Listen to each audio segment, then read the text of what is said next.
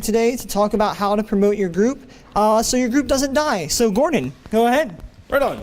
Let me put this thingy on. Yes, good. You can all hear me, and it's recording. Good. Good. So I'm talking about promoting your group so your group doesn't die. First, who I am. I'm Gordon Maples. I work for the SSA. I do things. I used to work for 2 years down in that big red blob in the corner, the southeastern United States. During that time, I took a lot of photos, visited a lot of campus, and worked with a lot of students. So I'm going to be showing you a whole lot of those pictures I took and a lot of the things I learned here. So, group promotion. Why is this important? Well, it's really super important. Because you're not doing enough of it, and if you don't do enough of it, your group will die. I've seen this happen way too many times, and I don't want to see it happen anymore. So let's start with ways to promote your group. First and foremost, there's flyering. This is allowed on just about every campus there is. Flyers are super important. This is an excellent example from Georgia State University, the Secular Panthers that are here. They have 2 flyers at all their meetings, 2 stacks of flyers at that. One of their flyers advertises the fact that the group exists and has all their contact info on it. The other flyer is for whatever the next event coming up is. At every meeting, they have 2 stacks of flyers, and they hand those out to all the members that come to distribute them throughout campus over their average day. They just keep flyers in their book bags and just put them up wherever they're going on campus. It's the best way to make sure that the flyers get everywhere. So I'm a big fan of flyers. The one thing you do need to know about flyers is not only do you want to advertise your group, you want to advertise also the fact that you're doing events. That way people will be interested in what you're doing. Sometimes we'll pre-print flyers, like Ask an Atheist Day this past year. We pre-printed out a bunch of Ask an Atheist Day flyers that you could customize, and then we sent them out all over the place. That's at University of Montevallo for their Ask an Atheist event. You can also advertise when you're doing a particular service event if you want to invite people to come help. That's Earth Day at Enterprise State. That's really in the middle of nowhere in Alabama. And then we have a stock flyer we send out to all of our starting groups that just says, hey, we exist, find us. And that is at University of New Orleans. So, something you need to know about flyers. Just like with chalking, I'll talk about in a minute, you need to follow all of the guidelines to the letter. Because if anybody is going to get burned on a violation of the policies, it's going to be an unpopular group. And I don't know if you know this, you're probably an unpopular group on campus. So follow all the policies. Some campuses have you get a stamp approval somewhere. Sometimes it's done building by building. Whatever it is, there's a notorious lack of standardization campus to campus. You're going to have to figure this information out for yourself. There's likely someone who lives in the student center working for Student Life or something who's usually really lonely and wants to talk to someone, and they know all of this information, so you should find them and make friends. Another good thing to know about flyers, there's a lot of complaints I get about flyers getting torn down. I'm all about creativity there. We had one group that actually included comment sections at the bottom of their flyers so that people drew profanities on them instead of tearing them down. Hey, it kept the flyers up. And another group that put passive-aggressive post-its behind the flyers, so when people tore them down, they felt bad. But the most common solution is to put them behind glass. A lot of times there's display behind glass, that way that people can't get to them, hopefully, unless they break the glass, which I've never heard of happening. So, the other thing here that you want to note is wallpapering. If you're having an event and you have flyers, wallpapering makes it appear more vivid from a further distance. So if you have the space for it and you're capable of doing it, definitely wallpaper your flyers. Very similar to flyers is chalk. It's not allowed on all campuses. You'll need to know the rules just like you would for flyering. Usually there is actually a written out chalking policy somewhere in your student organization handbook. If you know those and follow them, you will have a very good time. Some things to note here. You can chalk for individual events as well as just for your group. That is the University of Georgia a couple years ago advertising Darwin Day. You can be creative with chalk. I made a flying spaghetti monster out of a sewer grate. And you can document your chalk because just like flyers, they do get erased and messed up. But if you document it, it's super visible. You can see what happened there. People kept erasing the out in millions of Americans are good without God, so we kept putting it back up, and eventually there was this cool multicolored layered stain over out, which we documented it the whole way, so it was a pretty cool like time-lapse thing. You can get a news story out of that either on your campus or you can send it to the bloggers. Either way, you can get some really great promotion out of people being dicks to you. Again, you need to know your policies. This is one of the policies that's almost universal everywhere. You cannot chalk on vertical surfaces. The logic is it has to be somewhere where it'll get washed away. That chalk is definitely in violation, and if you're with that student group, you could potentially get disciplined. So, tabling. Tabling is maybe the best way to promote your group on a campus because it adds a human face to your group. There are very few ways that can effectively do that. Not only are you spreading your message and advertising your events or whatever, you're actually your physical, like your face. There is an entire great talk that's already been done on tabling and how to table effectively and how to use your posture and that sort of stuff. So I'm not going to do that. I'm just going to say tabling is very important and point out one thing here. You should be creative about your tabling. People are intimidated by your table because you're a controversial group. group, find some way to break the ice. Down there in the bottom corner is actually one of our older groups. That's, I believe, this group, the Secular Student Alliance at Ohio State now. They used to rent out a giant pink gorilla suit. The logic is people are going to come up to you and say, what's up with the giant pink gorilla suit? That gets them to start talking to you, and it sort of disarms an otherwise very awkward situation. Likewise, this was just this past April at University of Montevallo. I tabled with them for Ask an Atheist Day. One of their members checked with the university and brought their parrot with them. People will ask questions when you have a bird at your table. So yeah, think outside the box as far as that goes. You need to think of ways to disarm people that are intimidated about talking to you at the table, however you might be able to do that. A lot of people say use candy. I've used candy before, and what happened is people tried to really stealthily sneak around and steal it all and run away. But sometimes it works. Anyway, shirts. This is my next favorite way to advertise your group. Shirts is a great way to basically do the same thing you do with tabling, where you're putting a human face on your group, and you actually don't stay in one place. You're not confined like you are with tabling to one location. You actually just go out onto campus, and people will see you anywhere and will associate you, the person they know, with the group, that evil, shady thing they don't know. So basically, when you are wearing a group shirt, you are a walking flyer with your face attached. So that's what you want to do. And if you do not have group t-shirts already, both of these people I think are in the room, you can actually buy shirts from us. We sell them at cost on our website and also here. I believe they're out at the merch table outside. We have been changing the design each year so that it sort of mixes up. They're $6 a shirt, very cheap, easy way to get a sort of uniform brand and be able to advertise your campus's existence of you. Here's a few of our shirts in action at Florida Tech. On the far right, those are actually the conference shirts from last year, and as you see, there are conference shirts out for sale out there as well. So if you want to mix it up and not just have that t-shirt, there are other options out there. Alternatively, you can design your own shirt. There are some downsides to this in that when you're using your own logo and your own shirt design, you need to be able to transition it to a new person, but you can also theoretically make money off of it. In any case, be creative with it. This is UCF has designed a couple shirts in the last couple years, and they both look pretty cool. And this is actually my favorite one. This is a group called the Appalachian State Atheist Agnostic Association. So it's just a whole mess of A's. So they just did a design that's just a bunch of A's. So yeah, it's a cool t-shirt. Another thing to note about t-shirts is if you have t-shirts, you should be using them strategically. Who recognizes this guy? Anybody? All right, this guy is Zach Wienersmith. He's the creator of SMBC, a very famous webcomic. We gave him a shirt of our group at University of Alabama, and he wears it in interviews. He still wears it off and on now. So it was a great way to spread the brand, and the speakers are really happy to get a free shirt out of it. So yeah, think about spreading your brand and how to do that sort of thing. So another thing, yard signs. Yard signs are increasingly common. This is probably one of the more expensive-ish ways to advertise yourself on campus. The big thing I want to point out here, one, Crew does it. Anything Crew can do, you can do better. Because they have more money than us, yeah. They may have more money than us, but because they have money, they do the easy thing. They never think creatively. All this stuff is just crew, time, location. They never do a creative thing ever in their advertising. They just use all their money. And even though you might not have the money, if money is an issue, if you want to advertise, you can get money from us.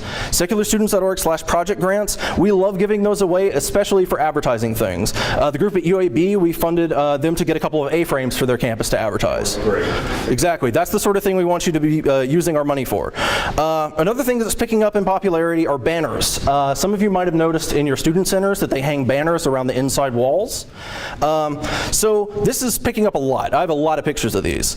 And I want to point out this one particularly. So that's the UWF, University of West Florida SGA has this super nice banner. Right next to it is the Gay Straight Alliance of UWF. The Gay Straight Alliance may just be a sheet that they painted their logo and stuff on, but it got the eye space. People will still see it just as much as they'll see the SGA or any of the Greek organizations or any of the Christian organizations there. They were practical with their money.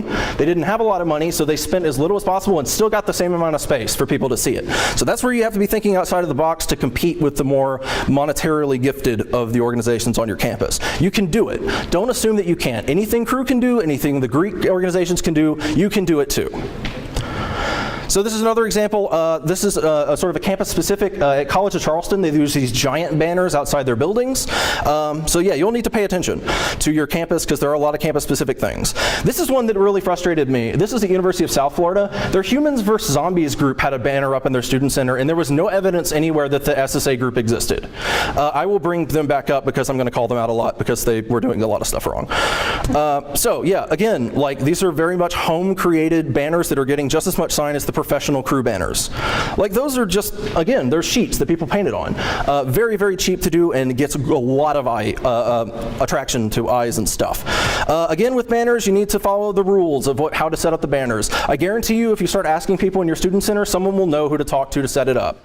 And you do need to follow all the policies and whatnot. But yeah, anyway, if you don't have a banner, you can get a free banner from us if you use the SSA name. It's part of our branding agreement. You can get it with your tabling supplies. Looks great on a table, and theoretically, you can hang it somewhere. You might notice it doesn't have your meeting times or anything like that, so you might want to consider doing a custom one. If you want to do that, it's not as expensive as you think it is. Again, you can use our money to do it. This is the group at University of North Carolina, Greensboro. They designed their own banner. They use their own branding. It can be a little more expensive, but if you shop around, if you just go check your local printers, go online, check half-price banners, places like that, you'll get a good price. You just have to do some shopping around. Other things that are picking up pace. Again, University of Central Florida SSA has a giant three-dimensional A-frame that they built. It stands out a lot. It has their meeting times and locations and everything you need. It is a permanent installation on campus. It just sits outside of the student center and everybody sees it. You walk on that campus, go to the student center, you know this group exists, and that's like priority one. If just Joe every dude is walking on your campus, they need to know your group exists. That's why when I went onto a campus, I can think of 2 times that I went onto a campus that I was visiting a group at where I could walk onto the student center and know that the group existed. And I went to a lot of campuses. So yeah, this is something the Greek organizations are picking up a lot. You might have noticed this at your campuses. They build giant three-dimensional displays to put behind their tables. Again, they probably have more storage space than you do, but if they can do it, so can you. If you want to try doing this, have at it. So another thing that is used quite a lot that I think everyone should use more, as an addendum to your tabling supplies, you can get free business cards from us. You can design them yourselves and send us the design and we'll print them out, or we'll design them for you. Here I have 3 of the Southeast groups, UCF, University of South Carolina, and University of Alabama, Birmingham up there.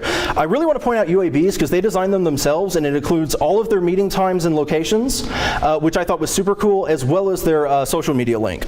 So that is an excellently effective way to hand those out to everyone that shows up at your meeting and they can find you. Something I note when groups advertise themselves like tabling, a lot of times people will walk away from the table and they have no idea how to get a hold of you. Because if they take a handout from your table, it's very, very likely that they will lose that. Whereas a business card goes into a pocket and will eventually come out of the pocket. So, another thing, a lot of you probably have noticed digital display boards on your campus, either in student centers or libraries or academic buildings. This is seriously as simple as figuring out who's the person in charge of that, email them a PowerPoint slide. That's all it is. It's a PowerPoint on a permanent loop. And this is at Tennessee Tech. They designed a really good one that has their meeting times and stuff on there, but it's really bright so you can't see it very well. But yeah, this is very easy advertising space that you can get on campus for no cost at all that people are guaranteed to see. I highly recommend checking that out. Now I'm going to show at a bunch of different campuses this works differently. At the UCF Student Union, they actually have a list of all the events that are happening in the union. You need to make sure you're on that list if you're having an event in there. At Mississippi State University, they have whatever meeting is happening in the room, it's advertised on the outside of the door on a digital display. You need to make sure that you're listed on that. And you can advertise individual events on these too, but you need to make sure your group info is in the corner. Now, here I'm going to talk about University of South Florida again. Sorry, guys. So this is when I went to visit their meeting. They had a similar display board in their university center that listed all the events happening in the building. You might see that says weekly meeting, room, time. It doesn't say what group it is. It doesn't say what they're talking about. Yeah, that's the SSA group. That's USF 3 Thinkers. And I told them about that after the fact. They just didn't notice that when they applied for it, they didn't put their name or anything on it. That is you can't waste your opportunities like this. You have to be thinking like, is that listed? Likewise, check your school website. If you're not listed on the student organizations page, really poke somebody about it. Because sometimes they're very slow to update those, and that's one of the key places people will look for you. So another way you can promote your group is through media. I have a couple pictures here. One is that's actually a regular column down there in the bottom right at the University of Louisiana Lafayette that's written by the president of their SSA. My point there is that know who writes for your student newspaper, and if you have anybody friendly there, let them know when you're doing events. Let them know you exist. And if you can get into the newspaper, people will talk about what you're doing. Even write opinion columns if you want to, if something's going on campus or in the local community that's relevant. Up in the top left, that's at University of Tennessee Tennessee, Chattanooga. The group there worked with a number of other religious groups on campus to remove the football prayer at their football games. They managed to successfully petition and have it replaced with a moment of silence, arguing that it represented the diversity of the student body better to have a moment of silence where everyone could do what they want, rather than having a prayer. And this is in Tennessee, so, you know, it works sometimes. Local shenanigans. Know what's going on. You might recognize one or two of these guys. The campus preachers like Brother Jed, Brother Micah, and Tom Short post their schedules far ahead of time. If you check their schedules on their websites and know when they're coming, you can prepare for it. Like this. The University of Illinois designed this event that's been replicated a number of times called Brother Jed Bingo. We have it on the website as Campus Preacher Bingo. If you know a campus preacher is coming, you can figure out a way to design this event. It not only lets people know your group is there, disarms a potentially very fiery situation with a campus preacher, but people will appreciate that someone's there saying, like, there are people that aren't this guy that are on campus. It's a great event and brings in a lot of attention and is a lot of fun. I've seen it replicated at a bunch of different campuses. Other things you want to know about your local community, you need to be following Friendly Atheist if you're not. Him at Meta, who spoke earlier, he's basically the atheist news service. Anything that's happening in the country, he will post about. So yeah, know what's going on in your community. Like in this case, at Troy University in South Alabama, the Catholic Student Center essentially built a dorm on campus that initially was only for Christian students, and then they backpedaled when people called them out on that and said that you can't do that at a public university. So unfortunately, our SSA at Troy never capitalized on the media attention around that, which was kind of a shame because they could have had some quotes in a newspaper, they could have been on a national story, and people could have known they were there. But as it stands, people don't really know that they're there. But that's another thing. You can't let those promotional opportunities pass you by. Another thing that happened that I attended was a prayer caravan in Coleman, Alabama. You might notice that's a public elementary school with a welcome prayer caravan sign. If you know of something like this going on in your local community, you definitely want to speak up. You might face some vitriol in a particularly conservative place like that, but unfortunately we didn't have a group near there. All right, we didn't have a group near there, so nobody was able to respond to it. But yeah, you want to pay attention to that sort of thing. Another case, this is the courthouse in Dayton, Tennessee, the site of the Scopes monkey trial. It's only about an hour from Chattanooga, but the Chattanooga group never occurred to them that they could take a field trip or take a professor with them to go to this. It's like one of the key battlegrounds of the evolution creation debate in the United States. It was kind of a waste, but if you have some interesting historical site like that near you, you should definitely check it out. It makes for a cool event. So I talked about this really briefly earlier. Creativity. This is how you disarm things at your table. So you might notice some of these pictures are actually in the Ohio Union. 2 years ago at the 2012 conference, my old group at Alabama decided to build a giant mascot head. We needed a three-dimensional thing for our table, and we wanted something that people would ask questions about. So we built that wearable mascot head based on our mascot, the Happy Atom, at the time, and we had all the speakers here sign it, and then took it back and tabled with it over the course of a year and showed off, hey, look at all these interesting people who signed this thing. So people would ask questions, what the hell is that thing? And then we would tell them and be able to tell them about the conference and all sorts of fun things. It was awesome. Another creative thing, not only do you want to be creative with your methods of advertising, you want to be creative with who you're advertising to. You might notice that is in Korean. We did chalking outside of our International Student Union in Korean in hopes of maybe reaching a new population of students on campus. Think outside the box. It's helpful. In this particular case, we received more vitriol about this particular chalking. It got erased like immediately. So apparently the Koreans were super religious on our campus, but in any case, it was worth the shot. Also branding. You need to have good branding for your group. Whether you use the SSA logo, you could modify it and customize it like you see here, or use your own logo. You want it to look professional and make an impact. If you have a really bad logo, see Ellen's talk later in the conference, then it's not going to look good and people will not take you seriously. So yeah, I highly recommend using the SSA logo just because it transitions and we have all the files in-house, whereas otherwise you will have to transition all of your logo and t-shirt information to new leaders, which can get to be a huge headache, I promise. So yeah, know your campus. This is very important. Every campus is very unique in the sense of what you can advertise at. At University of Alabama, Huntsville, they have this massive like stone thing that you can paint on, and our group there painted on it for Ask an Atheist Day a couple years ago. Some campuses have giant rocks, or free speech tunnels, or free speech zones, or whatever, free speech walls that you can paint on and advertise your group on with no problem. So yeah, pay attention to that sort of thing. Also, to knowing your campus, know your other student leaders. Your other student leaders are going to be super valuable in turning your campus group into a campus institution. You can't live in a bubble and keep your group alive forever. So know the people that lead your interfaith group, know the people that lead your LGBT group, interact with your other student groups on campus, and it will help you not only spread the word of mouth, which is a very valuable way to promote yourself, but it will start forming you into an institution rather than a group of people that meets. You also want to know that lonely person in student life who has all the information about your campus. They can be like the best resource ever because they also know how funding works on your campus, which I know can be a massive headache. Yeah, over in the corner there, Emory actually has a really active Buddhist club. You definitely want to know them. There's all sorts of things you could do with them. Yeah, so that's all that stuff. Woo. All right, so online. I'm not going to talk about this because there's an entirely different talk about social media. But yeah, the thing you want to know is you want to decide, do you want to have a Facebook page, a Facebook group, or both? Do you want to have a campus, or do you want to advertise in the campus subreddit or your local subreddit? Do you want to have your own Reddit? Do you want to have a group Twitter? Do you want to have a listserv? There's some things about this. Whatever you use it consistently, because if you let it die, it looks super unprofessional. So if you're going to use any of these, make sure you can moderate it and make sure you can keep it updated. And particularly if you have a listserv, you need to be taking emails wherever you are. If you're at tabling, you need to have a list to take emails. If you're doing an event, you need to have a list to take emails. And you need to shoot those those emails out early. You need to send them out early enough that people know about it, because you don't have to take this stuff from my word. Another speaker at this conference is Adam Garner, who's an organizer with Interfaith Youth Corps, and when I said I was making this presentation, he gave me these quotes. Advertising isn't just making a Facebook event. Please don't just make a Facebook event. Facebook events get buried very, very, very easily. You need to advertise physically on campus. Don't just do the easy thing. Go all out. You need to advertise yourself any way you can to reach as many eyes as possible. Blasting your listserv 20 minutes before your meeting is lazy and ineffective. Please don't do that. If you're going to use your listserv, use it far enough ahead of time that people will actually see the email. And last but not least, if you're not actively recruiting freshmen, you are absolutely screwed. Why all of our groups die almost universally is because of a failed leadership transition. Leadership transitions fail universally for one reason. You don't have anyone to give it to. And you don't have anyone to give it to because no one's at your meetings, because you weren't advertising them and no one knew about them. That's how you keep your group from dying. So my last notes here. You want to get eyes on you. That's the whole point of promotion. You want to get attention on you. People need to know that you're there, and the way to do that is to use every medium available to you to promote on campus.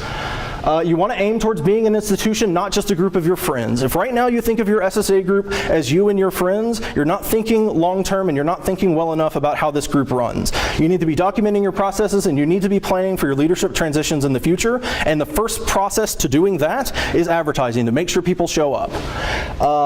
So yeah, remember that everything crew can do, you can do better. Anywhere you see crew advertising, anywhere you see any student group advertising, you can do that too. All student groups are treated the same on campuses. So really, if they're doing something, you can think, I could do that too. Don't think money's the object, because you can get money from us, and I guarantee campus advertising across the board is cheaper than you think it is. secularstudents.org/promotion has all the information I listed here and more. But again, you're going to need to know that student life person who knows all the specifics about your campus, because campuses aren't standardized at all. The other thing, secularstudents.org/grants is where you'll find out about how to get money from us for this sort of thing. And last but not least, please take photos. It's important for a lot of different reasons. One, you want to get that information to us so we can send it out on national social media. That way people on your campus that know about us and don't know about you will now know about you too. It happens consistently. Whenever we tweet or Facebook or whatever about groups, there's always someone like, oh my goodness, that's my campus. So you want that, and you also want to have photos to establish institutional memory for your group. If you go to your Facebook and look at the photos section, those photos go back a long way. I had a group find a box of old photos from their group from 1997. You want to keep that stuff. All right. So that's all important. So contact information for me. I'm Gordon at secularstudents.org if you want to get my email. I also want to run a weekly video advice series with Kelly Freeman, who's in the back, during the semester. Secular Startup, which you can find on YouTube, Facebook, or just Google it. You'll find it. So, last thing is my bibliography. These are all the campuses I featured in this. So yeah, I'm not joking around. I did a lot of research on this and took a lot of photos and observed a lot of things. And they're not all in just like one area of the country or anything. These are all over the place. So yeah, this stuff is actually kind of across the board. And again, remember I only saw evidence of SSA groups at 2 of these places. I want to see evidence of those at every campus I visit. If we have an SSA group, I want to know that you're there. Please advertise better because I don't want to see all your groups die. Thanks.